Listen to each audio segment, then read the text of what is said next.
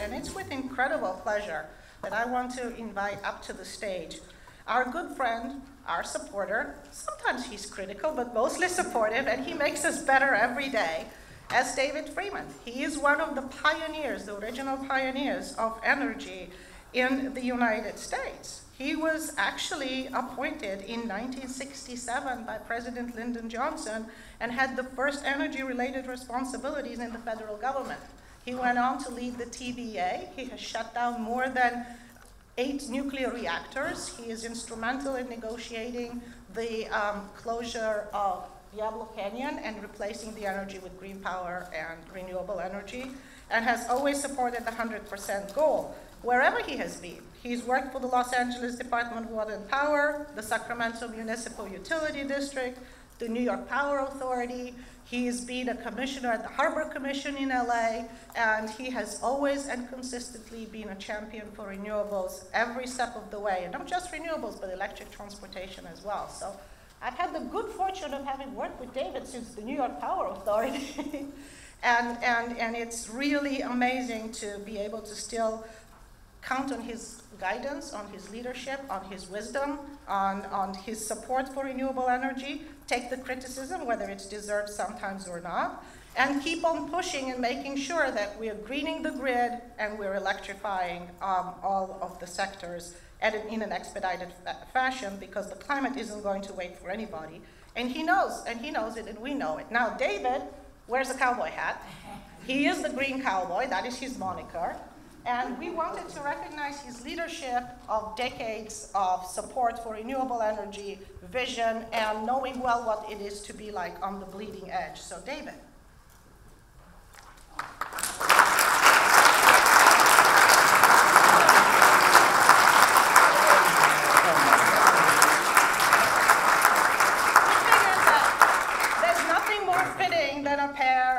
Really avant-garde green boots, but we're going to put them out front at the podium so everybody has a chance to sign them. Table with a Sharpie. Yes.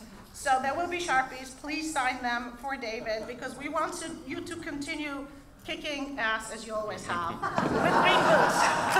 And here's a somewhat overwhelmed. Recognizing the leadership for 100% renewable energy. You know who will end up with these boots, though, don't you? Thank you very much. This is somewhat overwhelming and a whole lot longer than my little speech this morning, but hopefully. This occasion reminds me of my favorite story about Winston Churchill. This woman came up to him at a hall one day and said, "Mr. Churchill, from what I hear, you drink so much alcohol that if we took it all together, it could fill this whole room up to the spot there on the wall." And Mr. Churchill said, "Alas, so much accomplished, but so much yet to be done." And I think that's kind of where we are. We have every reason to be proud of what we've done, but in light of the challenge that the family doctor, the climatologists tell us, we just got a whole lot more work to do. And I think it's time that we took the offense, because we've been playing defensive ball for a long time, asking people to believe in climate, asking them for sacrifices, and saying it's only going to cost a little bit more to go green, and making it feel like somehow or another that this is the kind of sacrifice that we willingly engaged in World War II and things like that. The plain truth of the matter is that the technology has succeeded so far beyond anyone's expectations that even those of us in the movement, so to speak, don't fully appreciate it. We are fortunate enough, those of us alive, and I think that's most of us,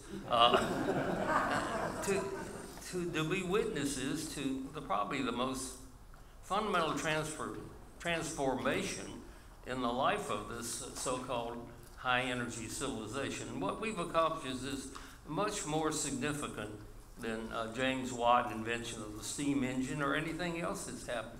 We have learned to harness the everlasting power of the sun and the wind so that we have free energy. The only cost is the cost of the machine to harness it. Now, I don't think anyone who hadn't been the CEO of a utility like I have been fully appreciates the enormity of that. We got 170 IQs chasing a 120 IQ problem in this world right now. Because if you strip it of all of the computers and all of the detailed calculations, common sense will tell you that if the energy is free and what you paid for the power plant, it takes almost no people to run a windmill or a PV plant or a storage facility. And the lifetime costs are almost automatically going to be cheaper than anything where you have to pay each year for the fuel and the labor, and it keeps going up, and up. Having run 5 large utilities, I know from personal experience what the cheapest power in America is today. And you can brag about the solar and the wind all you want to, but the cheapest power in America today are the dams that we built in the 30s and 40s that are completely paid off. I ran the New York Power Authority, and I sold electricity for 1 cent a kilowatt hour, and I made 90% profit on it. It takes 8 people at Niagara Dam to run the place. I mean, and the solar plants, and we don't fully appreciate the enormity of what we've invented here. The solar and the wind have the same cost pattern. So what we have now, if you want to make this analogy to going to the moon, which I think is apt, the 100% renewable movement is the equivalent of President Kennedy's statement that we're going to the moon. All right, we have decided on the path. The difference is that we already have invented the technology to get there. We don't need a new NASA. We don't need to come up with the technology. We can offer the people of America and the people of the world an insurance policy. They don't even have to believe in climate. We just give them an insurance policy. Instead of paying a premium each year, they get a friggin' dividend. Now, if we can't sell that, we need to just get the hell out of here and go on and get into another business. We now have a product where we need to stop being mealy-mouthed and take the offensive. The unfortunate thing is in the hands of the electric power industry, which is incapable of selling the time of day because we beat the living stuffings out of them over the last years with regulation to the point where they can't go to the bathroom without going to the PUC to get permission. So we got a problem on our hands, and that's why the CCAs and the newcomers in the industry give us hope. But they have got to agree to abide by the same environmental rules that the state has laid down that the utilities must abide to. And the day of wrecks and allowances have to be over with. I'll tell you what my yardstick is to whether this state's made any progress or not. The day that my old utility, the LADWP, starts paying 1 nickel for burning coal will be the day that I feel that this state has finally gotten real about this subject, and that hadn't happened yet. So we've got a lot of work to do to be sure that everything we do does impact Mother Nature, that we are reducing the amount of additional fuel that we're pouring onto that greenhouse that's up there. Our house is on fire, and the truth of the matter, despite all the progress that we've made thus far, the fire is not being put out. We're adding more flames to the fire each year. And until we get down to 0, we are still continuing to add more flames to the fire. Now, I think we laid out a pretty good yardstick for what the state needs to follow in the agreement to shut down the Davlo nuclear plant. It's not good enough to shut down an old plant. It's got to be replaced by new renewable energy. in order for Mother Nature to notice the difference. And we're before the PUC now trying to make that happen. But, you know, it always takes a little bit longer than you'd like for it to, but that's democracy, I guess. I mean, the point that needs greater attention is storage. I mean, we've got to finally recognize, and I want to congratulate the PUC and the state for at least raising the issue of storage and having what I consider a rather feeble beginning. But as we approach 30, 40, 50% renewable, unless every new PV plant is accompanied by appropriate storage, we're kidding ourselves. And, you know, I've done scenarios. We did a scenario back in the 70s to show, the scenarios show you what should not happen. These duck curves are a warning. They don't need to happen. They are crying out, storage, storage, storage, screaming as loud as they can. And we need to respond to what they're telling us. And someone in the state has got to be responsible for seeing that storage gets built. I would, as the trustee that helped create the ISO, where we put into our charter to begin with, if nobody else built the transmission, then the ISO had the responsibility of seeing that it gets built. That has happened. I want to congratulate them. We have a pretty good transmission system. Today's storage is what transmission was 20 years ago. And if the charter needs to be amended to give them the authority to acquire the storage, then so be it. That should be done. But we got to stop ignoring the fact and bragging about bringing on wind and solar without the commensurate storage as we approach 30, 40, 50%. And that brings me to the point that I want to drive home. We're on the path. 100% renewable, that's the path. Now the issue, and we got the technology to get to 100%. Now the issue is, are we taking the steps 1 year at a time to get there? Because we can't just drift. Each year we wait, the hill gets steeper to climb. We ought to be actually reducing greenhouse gases 3 or 4% a year. Now, one of the things that this state has got to learn and has got to implement by learning is that natural gas is just as bad as coal. I mean, this state has shown, this state has shown a peculiar talent for leaking methane into the air.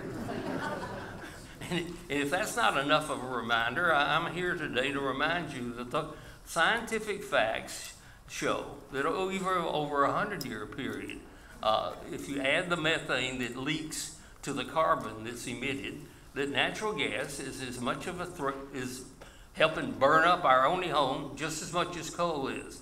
So let's get let's deal with fossil fuels for what they are. They are poison. They need to be outlawed. And we have the technology. The facts now show that renewable energy, backed up by storage, is not only cheaper than new coal and gas and nuclear plants. In some cases, it can be cheaper than existing ones. And that's what the Pacific Gas and Electric Company decided. Now, if PG&E which is in the gas business, can decide that renewables and efficiency are cheaper than continuing to operate a nuclear plant or even replacing it with new gas-fired plants, then by God, it's time for the rest of us to join hands with them and get on with the program. So I would think that we need to move from yakking and talking and bragging to some mandates. The state of California energy policy should include the following rules. Number one, all new plants have to be zero emission. Why are we fooling around with all this indirect bullshit? I mean, the facts are very, very clear that that's the most cost-effective plan. I would think the PUC could just adopt a simple rule based upon the facts that on the basis of costs, all new power plants in California from now on have to be zero emission. I don't see why we don't take the law that Governor Duke Majan got passed in the 1990s, which outlawed internal combustion engine cars 1 year at a time. We passed a law in California in the 1990s when I was running SMUD a long time ago that said each year a higher percentage of the cars that are sold in California have to be zero emission. Why in the name of heaven isn't that law being enforced in the year 2017? If it's still on the books, if it's not, why can't we get Jerry Brown to pass a law at least as tough as Governor Duke Majan did? And why are we demanding that?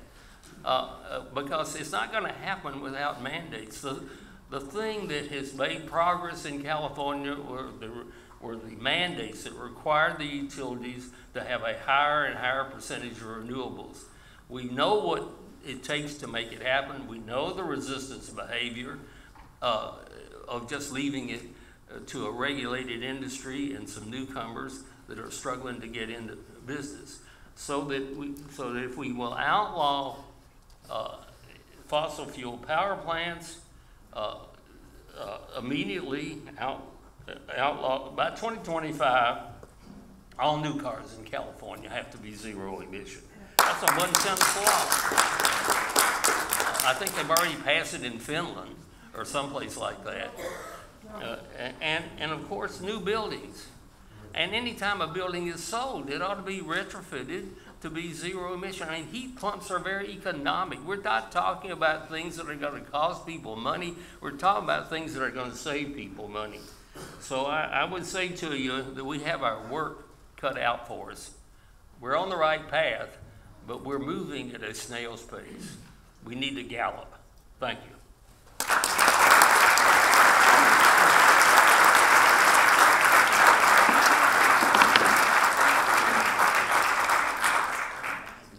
Well, let's hear it again for Dave Freeman, who's our amazing fearless leader.